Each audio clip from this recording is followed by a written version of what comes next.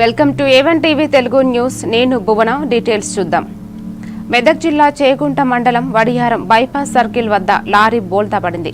బెంగళూరు నుంచి ఉత్తరప్రదేశ్కు వెళుతున్న కొబ్బరి బోండాలతో వెళుతున్న లారీ ఎదురుగా వస్తున్న DCMను తప్పించబోయి బోల్తా కొట్టింది. ఈ ప్రమాదంలో లారీ డ్రైవర్ అనురాగ్ యాదవ్ గాయపడ్డాడు. అతడికి స్థానికులు వెంటనే అంబులెన్స్లో రామాయంపేట ప్రభుత్వ ఆసుపత్రికి తరలించారు. ఈ ఘటనపై పోలీసులు కేసు నమోదు చేశారు.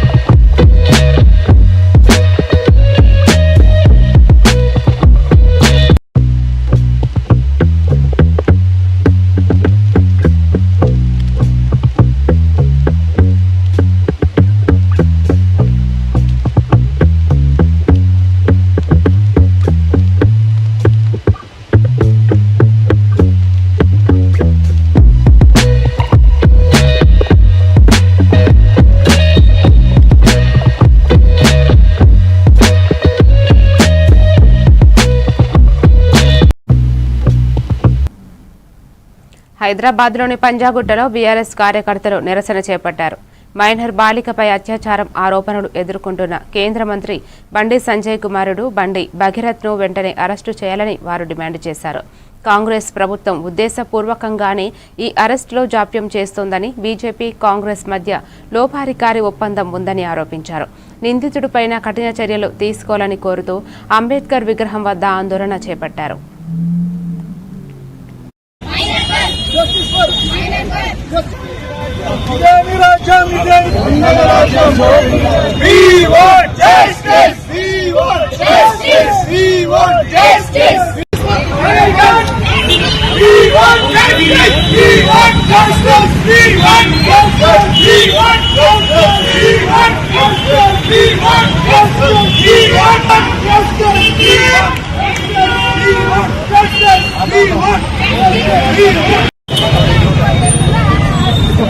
అన్నా చెప్పండి.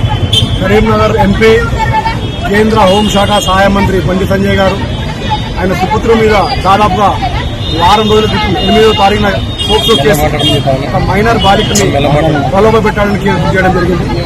ఈ రోజు వరకు కూడా పోలీసులు అరెస్ట్ చేయకపోవడం దురదృష్టకరం. నేను అడుగుతా ఉన్న బండి సంజయ్ గారిని, మీకో న్యాయము సామాన్య ప్రజలకో న్యాయం. మీరు మీ బాధ్యత ఒక రాష్ట్ర ప్రజలు మీ బిడ్డలాగా భావించి ఒక మైనర్ బాలికకు అన్యాయం జరిగినప్పుడు మీరు యాక్షన్ తీసుకోవాల్సింది పోయి ఈ రోజు బండి సంజయ్ గారిని పుత్రుని తప్పిస్తా ఉన్నారు. కాబట్టి ఒకసారి మీరు ఆలోచించుకోవాల్సింది కోరుతా ఉన్నాం. గతంలో కూడా మా బాలిక పోక్సో కేసుని మీరు గారుస్తా ఉన్నారు. కాబట్టి ఈ యొక్క కేసుని న్యాయం జరగాలంటే బండి సంజయ్ గారు రాజీనామా చేసి వాళ్ళ సుపుత్రుని పోలీసులు అప్పచెప్పినట్టయితే ఈ యొక్క కేసు మైనర్ బాలిక న్యాయం జరుగుతుందని కోరుతాను. ఇప్పటికీ 5 రోజులు జరిగిపోయినా ఇప్పుడు అరెస్టు తెలియలేదు. అంటే ప్రభుత్వ పోలీసులు నిఘా పోక్సో కేసు చట్టం కింద కేసు బుక్ అయితే ఇప్పటివరకు స్పందించకపోవడం దురదృష్టకరం. అదే మీ కుటుంబ సభ్యులు అయితే మీరు ఏ విధంగానే ఉంటారా? ఒకసారి ఆలోచించాల్సింది.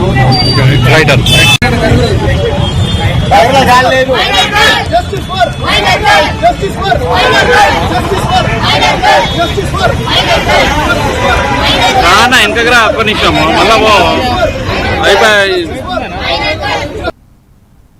శ్రీకాకుళం జిల్లాలో సహకార సంఘం ఉద్యోగులకు నష్టం కలిగించే జీవో నంబర్ 322ను వెంటనే రద్దు చేయాలని సిఐటియు నాయకులు పేకల తేజేశ్వరరావు, గిరిబుచ్చి రంగనాథ్ సహా ఇతర నాయకులు డిమాండ్ చేశారు. జిల్లా డీసీసీబీ కార్యాలయం వద్ద జరిగిన నిరసనలో ఉద్యోగులు జీవో ప్రతులను దహనం చేసి ఆందోళన వ్యక్తం చేశారు. జీవో 322 వల్ల ఉద్యోగుల బెనిఫిట్స్ కోల్పోతున్నామని, కెపాసిటీ టు పే నిబంధనను రద్దు చేయాలని కోరారు. ప్రభుత్వం స్పందించకపోతే రాష్ట్ర వ్యాప్తంగా ఉద్యమాన్ని తీవ్రతం చేస్తామని హెచ్చరించారు.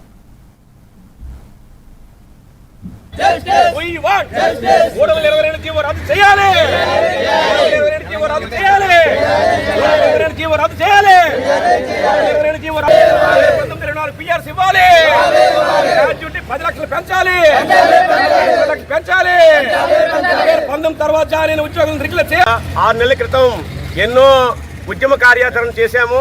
జేఏసీ నిర్ణయించిన ప్రకారంగాను ఆ ఉద్యమ కార్యాచరణ ప్రకారంగా మన మినిస్టర్ గారు, కమిషనర్ గారు మనకి మంచి హామీ ఇచ్చారు. 2019-24 పే రివిజన్ ఇస్తాను, 4 లక్షల గ్రాడ్యుయేట్ ఇస్తాను, అలాగే 2019 తర్వాత ఉన్న ఉద్యోగులు కూడా రెగ్యులర్ చేసే విధంగా ప్రత్యేకమైన జీవో ఇస్తాము, 62 సంవత్సరాల పదవి విరమణ వయసు కూడా పెంచి ఏర్పాటు చేస్తాము, మీరు సమ్మె విరమించండి, విధుల ఈఆర్పీతోనే డేఎండ్ అయితేనే పూర్తి చేసి ఈ రోజు వరకు మేము పూర్తి చేసుకోగలిగాం. అయినప్పటికీ కూడా ప్రభుత్వం మా మీద కక్షపూర్త ధోరణితో కమిషనర్ గారు 322 జీవోని విడుదల చేసి ఆ 322 జీవోలో 20% బేసిక్ మీద హైక్ చేసి అది దానికి డిఏ కూడా ఇవ్వకుండా అదేవిధంగా 2 లక్షల నుంచి 4 లక్షల వరకు గ్రాడ్యుయేట్ పెంచి 5 లక్షల రూపాయల వరకు ఈ రోజు మేము ఆ జీవోలను దహన కార్యక్రమాలు చేపట్టాము. రాష్ట్రమంతా కూడా చేపట్టాము. ఇదే విధంగా ప్రభుత్వం వ్యవహరిస్తే మరొక 2-3 రోజుల్లో రాష్ట్ర జేఏసీ పిలుపు మేరకు ఎక్కడ తెలంగాణ గవర్నర్ శివప్రతాప్ శుక్లా కీలక నిర్ణయం తీసుకున్నారు. ఇంధన పొదుపు కోసం లోక్ భవన్లో వాహనాల వినియోగాన్ని 50% తగ్గించాలని గవర్నర్ డిసైడ్ అయ్యారు. అంతర్జాతీయ ఇంధన సంక్షోభం దృష్ట్యా ప్రధాని మోదీ పిలుపు మేరకు ఈ చర్యలు తీసుకున్నట్లు ఆయన వివరించారు. ప్రభుత్వ శాఖల్లోనూ వాహనాల వాడకాన్ని నియంత్రించాలని ముఖ్యమంత్రి రేవంత్ రెడ్డికి ఆయన విజ్ఞప్తి చేశారు.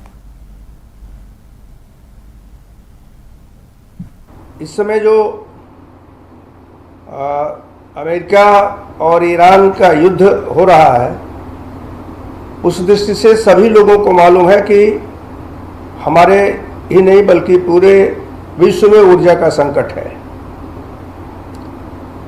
और इसी को देखते हुए आदरणीय प्रधानमंत्री जी ने देशवासियों से अपील किया। प्रधानमंत्री जी के इस आह्वान का तेलंगाना में पूरी तौर पर पालन कराने के लिए निश्चित करें।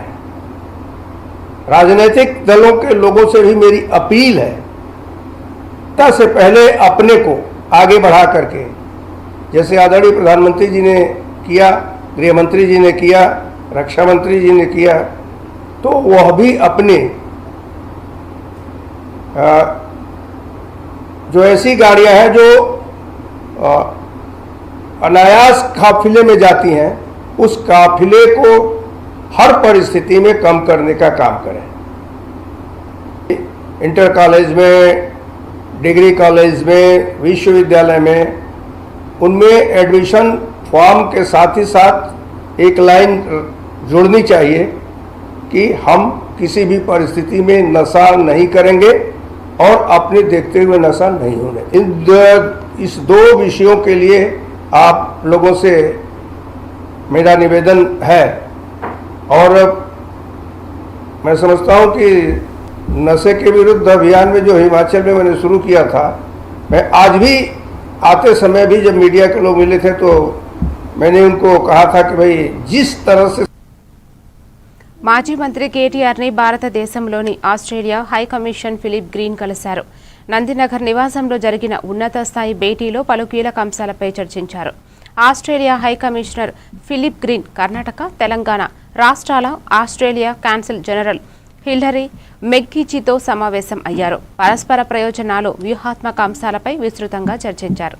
తెలుగు రాష్ట్రాల్లో ఆస్ట్రేలియా పెట్టుబడులకు ఉన్న అవకాశాలు, సాంకేతిక రంగంలో పరస్పర సహకారం, విద్యారంగంలో నూతన భాగస్వామ్యాలను గురించి ప్రస్తావించారు.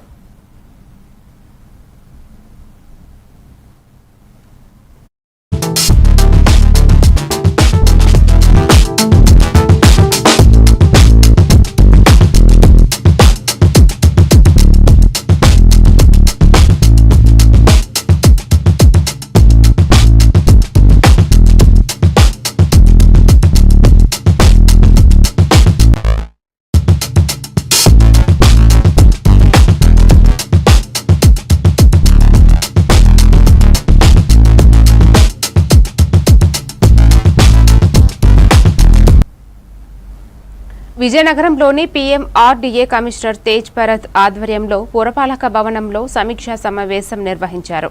విజయనగరం, నెర్లిమర్ల కార్పొరేషన్ల పట్టణాభివృద్ధికి 9 కోట్ల నిధులు విడుదల చేస్తున్నని తెలిపారు. సుందరమైన పార్కులు, రోడ్లు అభివృద్ధి చేయడంతో పాటు అవసరమైన చోట్ల మరిన్ని నిధులు మంజూరు చేస్తామని పేర్కొన్నారు. ప్రభుత్వ స్థలాలను గుర్తించి మార్కెట్లు, ఫుడ్ కోర్టులు, పార్కులు ఏర్పాటు చేయాలని సూచించారు. అలాగే భోగాపురం విమానాశ్రయానికి విజయనగరం నుంచి కారిడార్ రోడ్డు నిర్మాణంపై ప్రణాళికలు సిద్ధం చేస్తున్నట్లు తెలిపారు. బిఎంఆర్డీఏ ద్వారా ఏవైతే ఫండ్స్ శాంక్షన్ చేసి డిఫరెంట్ డెవలప్మెంట్ వర్క్స్ ఇచ్చున్నామో దానికి సంబంధించి రివ్యూ చేయడం జరిగింది. విజయనగరం మున్సిపల్ కమిషనర్ గారు, అలాగే నెల్లిమర్ల మున్సిపాలిటీకి సంబంధించి నెల్లిమర్ల మున్సిపల్ కమిషనర్ గారు, వారి సిబ్బంది, ఇంజనీరింగ్, టౌన్ ప్లానింగ్ అఫీషియల్స్తో ఈరోజు ఇక్కడ మీటింగ్ పెట్టడం జరిగింది. ప్రధానంగా ఏంటంటే బిఎంఆర్డీఏలో మొత్తం 5 మున్సిపాలిటీలు ఉన్నాయి. జీవీఎంసీ, విజయనగరం, నెల్లిమర్ల, యలమంచిలి, నర్సీపట్నం. మొత్తం 5 మున్సిపాలిటీలు బిఎంఆర్డీ పరిధిలోకి వస్తాయి. సో ఈ మున్సిపాలిటీస్ చిన్న మున్సిపాలిటీనే కంప్లీట్ అవుతుంది. సో టెండర్ టైంలో అయిన వెంటనే ఎల్ఓఏ ఇచ్చి మొత్తం 28 ప్యాకేజీలుగా ఇక్కడ ఏరియాకి సంబంధించి ప్యాకేజెస్ డివైడ్ చేశారు. 28 ఏరియాలో 28 ప్యాకేజ్ వర్కులు తిరగడం జరిగింది 40 లక్షల రూపాయలు. ఆ అన్ని వర్క్స్ కూడా జూన్ 1, 2 తారీఖుల కల్లా అవార్డు చేయడం జరుగుతుంది. వీటిని ఒక ఛాలెంజ్ మోడ్లో, అర్బన్ ఛాలెంజ్ మోడ్లో ఇక్కడ ఫండ్స్ ఇచ్చున్నాము కూడా డెసిగ్నేట్ చేయడం జరిగింది. బిఎంఆర్డీ నుంచి వారానికి ఒకసారి కంపల్సరీగా స్పెషల్ ఆఫీసర్స్ విజిట్ చేస్తారు. విజిట్ చేసి ప్రతి ఒక్క వర్క్ని కూడా వాళ్ళు సూపర్వైజ్ చేయడం జరుగుతుంది. అలాగే మంత్లీ ఒకసారి ఈ బిఎంఆర్డీ స్థాయిలో రివ్యూ చేయడం జరుగుతుంది. గౌరవ మంత్రివర్యులు శ్రీ నారాయణ గారు, అలాగే principal secretary MID Suresh Kumar sir, అలాగే లోకల్ డిస్ట్రిక్ట్ కలెక్టర్స్ వారి యొక్క ఆదేశాల మేరకు ఈ వర్క్స్ అన్నిటి కూడా మనం స్పెషల్ ప్యాకేజ్ కింద అర్బన్ ఛాలెంజ్ మోడ్లో అంటే ప్రోగ్రెస్ కూడా డైరెక్ట్గా ఈ మెజర్మెంట్ బుక్ కానివ్వండి, తర్వాత దాన్ని సూపర్విజన్ కానివ్వండి, ఫైనల్ పేమెంట్ వరకు కూడా. శ్రీకాకుళం జిల్లాలో సీఎం చంద్రబాబు మే 16న పర్యటన నేపథ్యంలో ఎన్నికల్లో ఇచ్చిన హామీల అమలుపై ప్రభుత్వం సమాధానం చెప్పాలని సిపిఎం జిల్లా కార్యదర్శి గోవిందరావు, కార్యదర్శి వర్గ సభ్యులు కోనారి మోహనరావు డిమాండ్ చేశారు. వంశధార ఆఫ్షోర్ రిజర్వాయర్, నేరడి బ్యారేజ్ వంటి పెండింగ్ ప్రాజెక్టులు పూర్తి చేయలేదని, జీడి రైతులకు గిట్టుబాటు ధర, ఐటీడీఏ ఏర్పాటు, వంశధార నిర్వాసితులకు ప్యాకేజీ వంటి హామీలు కూడా అమలు కాలేదని విమర్శించారు. జిల్లాలో రిమ్స్, ఈఎస్ఐ ఆసుపత్రి, ఫిషింగ్ హార్బర్, స్టేడియం అభివృద్ధి వంటి అంశాలు కూడా నిలిచిపోయాయని ఆరోపించారు. హామీలు నెరవేర్చకపోతే ఉద్యమాన్ని ఉధృతం చేస్తామని హెచ్చరించారు. పాత్రికేయులకు నమస్కారం. మన ముఖ్యమంత్రి గారు శ్రీకాకుళం జిల్లా పర్యటనకి మే 16వ తేదీ విచ్చేస్తున్నారు. ఆ విచ్చేసిన సందర్భంగా ఎన్నికల్లో వాగ్దానాలు ఇచ్చి 2 సంవత్సరాలు అయింది. జిల్లా ప్రజలకి ఏ ఒక్క వాగ్దానం కూడా అమలు జరగలేదు.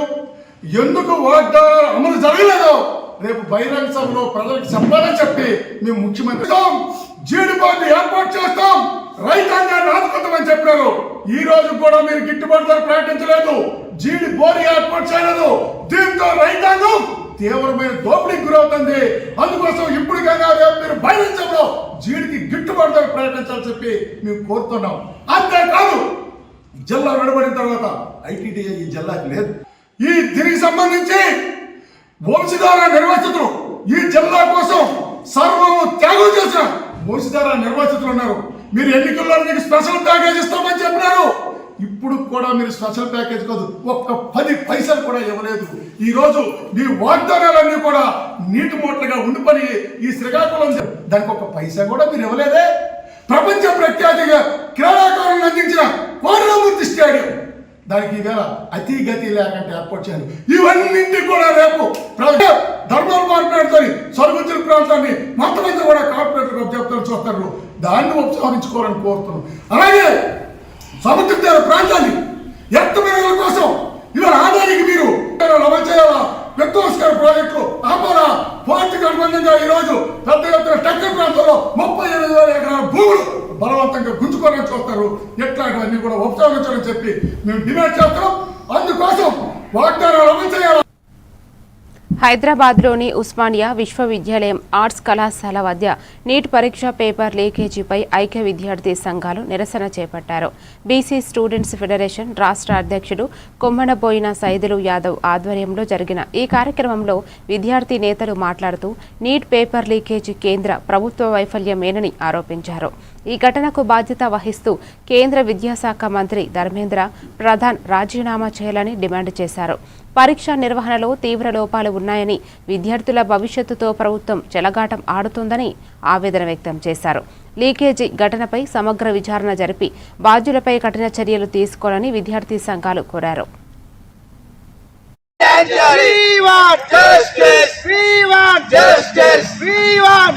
మరి ఎన్టీఏ ఈ విద్యా సంవత్సరము మరి ఘనంగా నిర్వహించింది. మరి రాజస్థాన్లో మరి గెస్ట్ పేపర్ విధానంతో అవినీతికి మారిన మన నీటి పరీక్ష లీకేజ్ విధానంలో మరి వాళ్ళు బాధితులను వెంటనే కేంద్ర ప్రభుత్వం శిక్షించాలని ప్రధానంగా డిమాండ్ చేస్తాను. ఈరోజు ఉస్మానియా యూనివర్సిటీ కేంద్రంగా విద్యార్థి సంఘాలుగా మేము ఒకటే కేంద్ర ప్రభుత్వం డిమాండ్ చేస్తా ఉన్నాం. మరి ఏదైతే నీటి పరీక్ష లీకేజ్ బాధితుల్ని వెంటనే శిక్షించాలి, మరి ఆ విద్యార్థులు కూడా మరి పకడ్బందీగా మరోసారి పరీక్ష నిర్వహించాలని ప్రధానంగా డిమాండ్ చేస్తూ ఈ తప్పిదాలకు బాధ్యత వహిస్తూ కేంద్ర విద్యాశాఖ మంత్రి ధర్మేంద్ర ప్రధాన్ గారు రాజీనామాని ప్రధానంగా డిమాండ్ చేస్తూ ఉన్నాం. 23 లక్షల మంది విద్యార్థుల్ని ఈరోజు విద్యార్థి తల్లిదండ్రులను కూడా మరి కేంద్ర ప్రభుత్వము మరి మానసిక క్షోభను విధంగా మరి సిద్ధం చేసింది. నీటి పరీక్ష అనేది 2021-24 మరి జార్ఖండ్లో హజీరాబాద్ అని బీహార్ ప్రాంతంలో మరి పేపర్ లీక్ అయినా కూడా మళ్ళీ పునరావృతం సంఘటన జరుగుతూ ఉన్నాయి. కేంద్ర ప్రభుత్వం వెంటనే నీటి పరీక్షను ఎయిమ్స్కి ఉపయోగపడాలని ప్రధానంగా కోరుతూ నిందితుల్ని వెంటనే శిక్షించాలి. ఈ యొక్క సంఘటనలో ఎవరైతే పెద్దవాళ్ళు ఉన్నా కూడా వారంతా కూడా చట్టపరంగా శిక్షించాలి. మరి వాస్తవాలను కూడా బయటకు తెలియజేస్తూ పగలు కష్టపడే విద్యార్థులు ఈరోజు నీటి పరీక్ష లీక్ చేయడం వల్ల మరి తెలంగాణలో 71 మంది విద్యార్థులు అన్యాయమైపోతున్నారు. దేశం మొత్తం కూడా 20 లక్షల మంది విద్యార్థులు అన్యాయమైపోతున్నారు. ఈ నీటి పరీక్షను మరొకసారైనా పకడ్బందీ సిబ్బందితోని పటిష్టమైన ఏర్పాటుతో నిర్వహించాలి.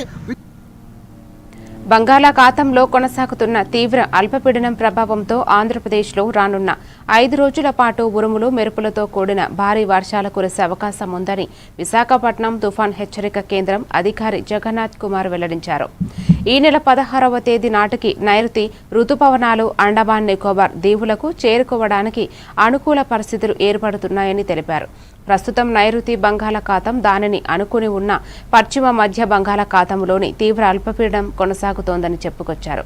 ఇది రానున్న 48 గంటల్లో ఈశాన్య దిశగా కదిలే అవకాశం ఉందని వెల్లడించారు. ఈ వాతావరణ పరిస్థితుల ప్రభావంతో ఆంధ్రప్రదేశ్ వ్యాప్తంగా రానున్న 5 రోజుల పాటు తేలికపాటి నుంచి ఓ మోస్తారు వర్షాలు కురిసే అవకాశం ఉందని జగన్నాథ్ కుమార్ తెలిపారు. ముఖ్యంగా కోస్తా ఆంధ్ర, రాయలసీమ జిల్లాలలో ఉరుములు మెరుపులతో కూడిన వర్షాలు పడే అవకాశం ఉందని హెచ్చరించారు. రైతులు, మత్స్యకారులు అప్రమత్తంగా ఉండాలని సూచించారు.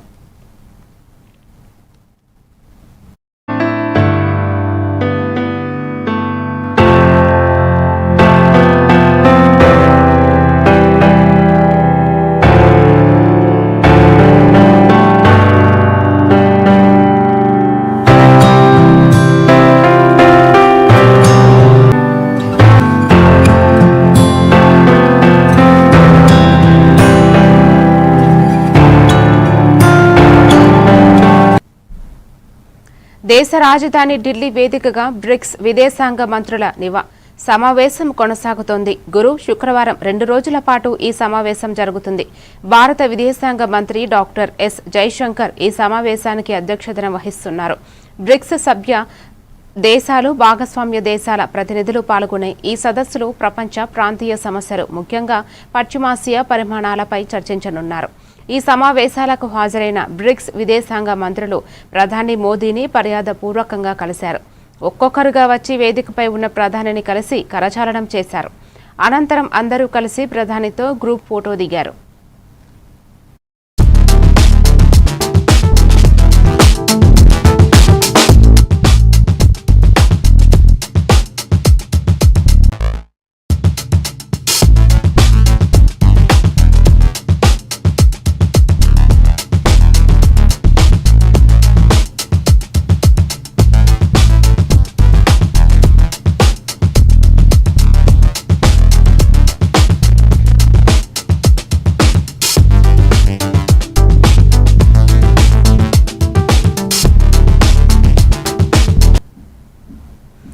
మహారాష్ట్ర ముఖ్యమంత్రి దేవేంద్ర ఫడ్నవీస్ అందరినీ ఆశ్చర్యపరిచారు. ఆయన తన అధికారిక నివాసం నుంచి విధాన్ భవన్కు బైక్పై ప్రయాణించారు. ఇంధనాన్ని ఆదా చేయాలన్న ప్రధాని మంత్రి నరేంద్ర మోదీ పిలుపు మేరకు ఫడ్నవీస్ ఈ విధంగా తన వంతు సందేశాన్ని ప్రజలకు ఇచ్చారు. గురువారం జరిగిన శాసన మండలి సభ్యుల ప్రమాణ స్వీకార కార్యక్రమానికి హాజరయ్యేందుకు ఫడ్నవీస్ బీజేపీ నేత మంత్రి ఆశిష్ షెలార్తో కలిసి బైక్పై వెళ్లారు. దాంతో ఫడ్నవీస్ భద్రతా సిబ్బంది కూడా ఆయనకు బైక్లపై అనుసరించారు. ఈ ప్రయాణం ఫడ్నవీస్ రాయల్ ఎన్ఫీల్డ్ క్లాసిక్ బైక్ను ఉపయోగించారు.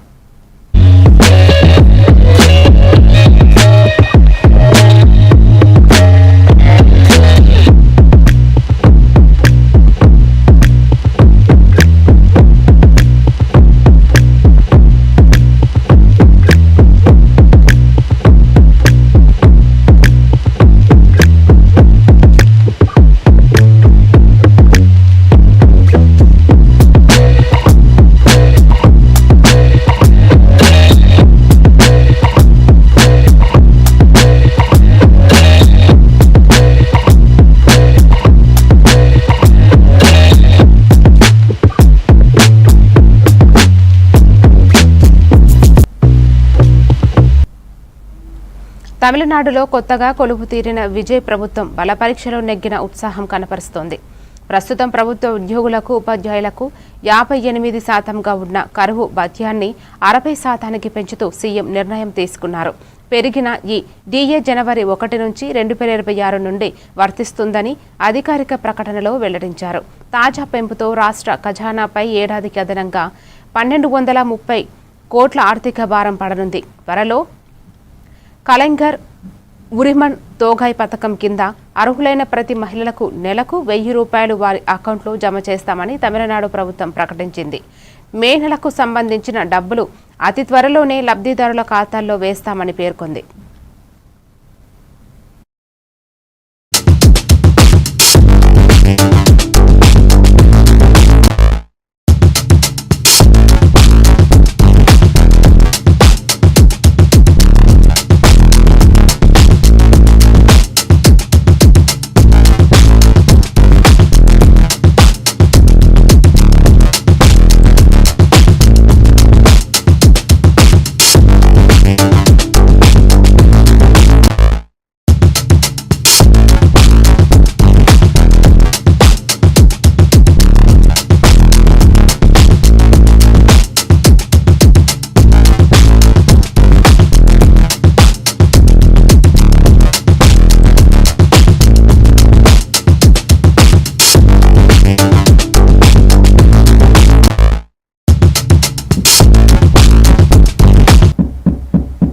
ఖమ్మం జిల్లా పాలేరులో ఏర్పాటు చేసిన ధాన్యం కొనుగోలు కేంద్రాన్ని మంత్రులు ఉత్తమ్ కుమార్ రెడ్డి, పొంగులేటి శ్రీనివాస్ రెడ్డి సందర్శించారు.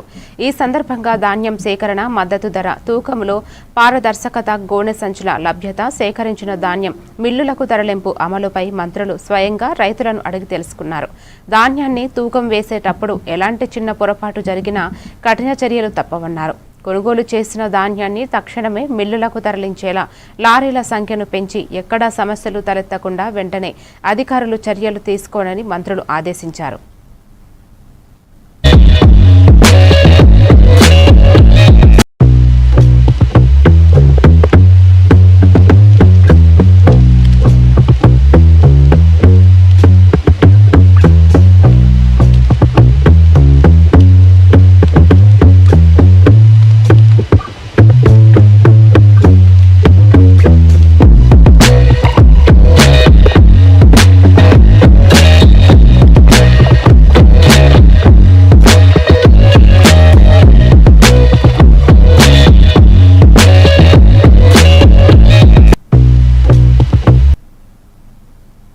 మరిన్ని డీటెయిల్స్ తో మళ్ళీ కలుద్దాం. Keep watching A1 TV Telugu news.